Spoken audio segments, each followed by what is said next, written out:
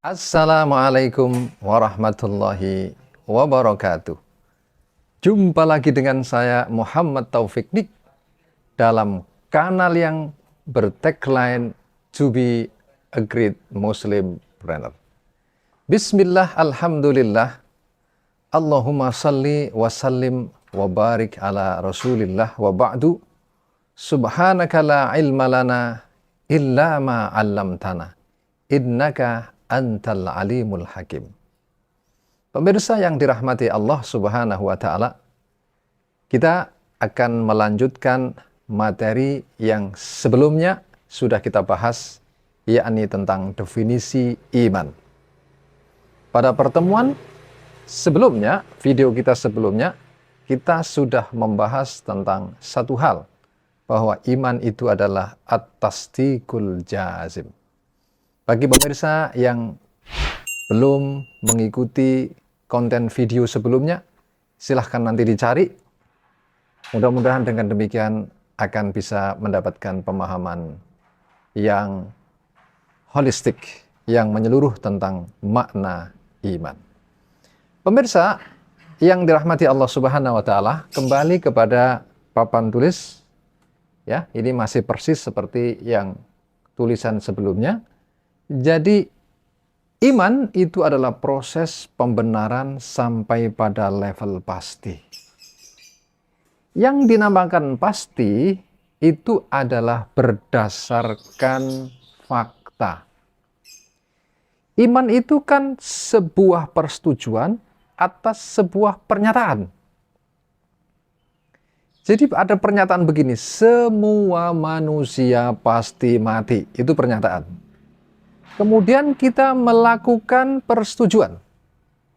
Persetujuannya adalah membenarkan. Maka ketika kita menyatakan, iya benar, bahwa semua manusia pasti mati, maka pernyataan itu menjadi sebuah kebenaran yang kita ambil. Banyak pernyataan-pernyataan di dalam kehidupan kita ini yang memang itu adalah mendapatkan persetujuan kita. Dan ada yang belum mendapat persetujuan kita. Dan bahkan ada yang menolak atas pernyataan itu. Dan itu semuanya, benar atau tidaknya, sebenarnya kembali kepada fakta.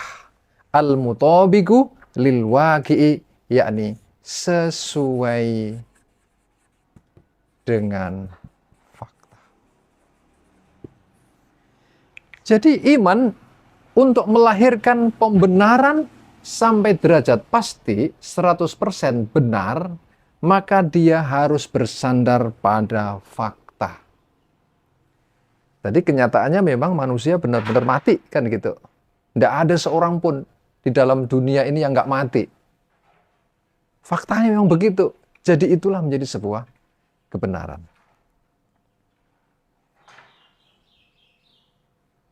Ada bumi, ada matahari.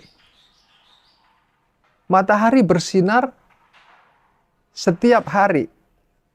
Dan matahari itu terbit di pagi hari dari arah timur.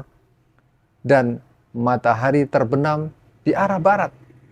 Itu adalah sebuah fakta.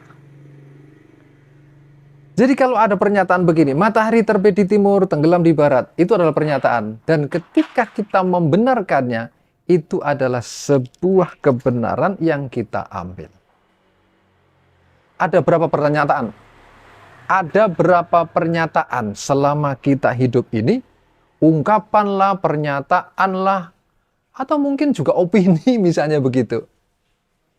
Yang sudah kita kumpulkan dan menjadi sebuah keyakinan dalam diri kita.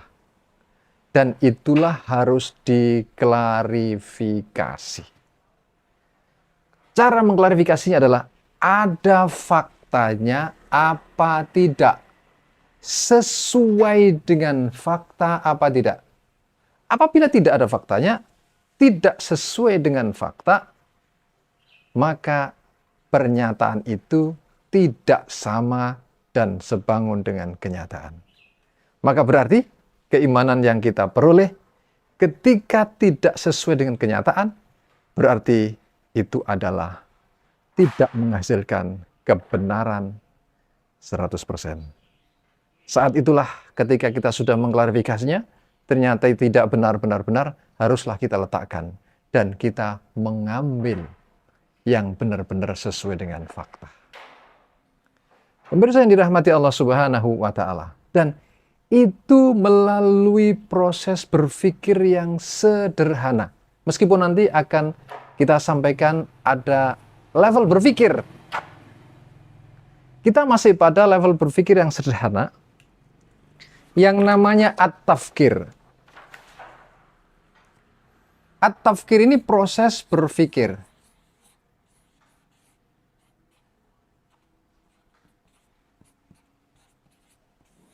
Ternyata proses berpikir itu memiliki 4 syarat pokok. Dan keempat-empatnya harus terpenuhi. Apa saja itu? Yaitu 1 adalah fakta yang terindra.